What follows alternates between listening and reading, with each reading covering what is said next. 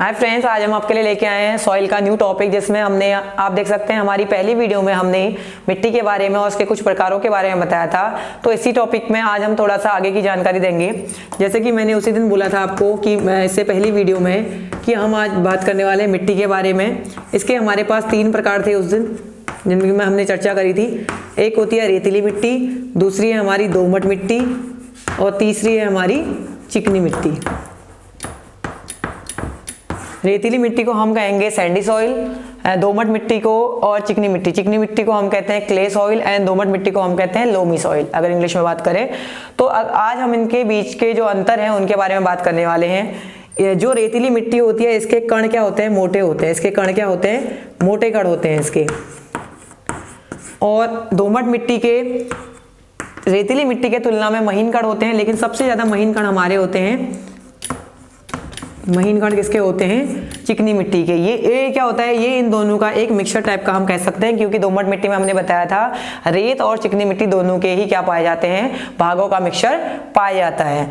तो अगर हम आज बात करें रेतीली मिट्टी और इन मिट्टियों के डिफरेंस के, यानी कि अंतर के बारे में, तो जो रेतीली मिट्टी होती है, सबसे पहले हम इसे डिफाइन करेंगे। जो रेतीली मिट्टी होती है उसके कण मोटे होते हैं।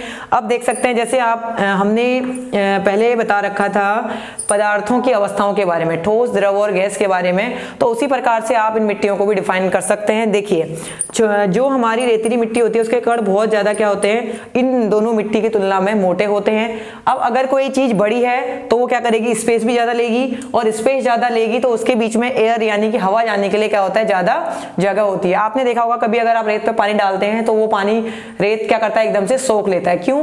क्योंकि उसके बीच में हवा के जाने के लिए क्या है? बहुत ज्यादा स्पेस है। इस तरीके से देखिए, यहाँ से ये क्या है? इनके बीच का स्पेस है जो हमने लाइन डाली है, तो इनके बीच में स्पेस ज्यादा है, तो क्या करेगा? ये पानी को बहुत जल्दी सोख लेता है।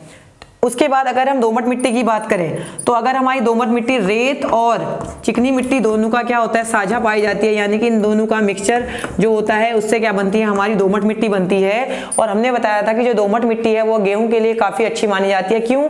क्योंकि गेहूं, देखिए, दोमट मिट्टी में रेत और चिकनी मिट्टी दोनों का ही मिक्सचर होता है, तो यहाँ पे क्या होते हैं? इनके कण इसकी तुलना में थोड़े पास और छोटे कह सकते हैं आप, और चिकनी मिट्टी के कण जो होते हैं बहुत ही ज्यादा महीन होते हैं। ये बहुत ही कह सकते हैं आप एकदम से एक दूसरे के आसपास होते हैं।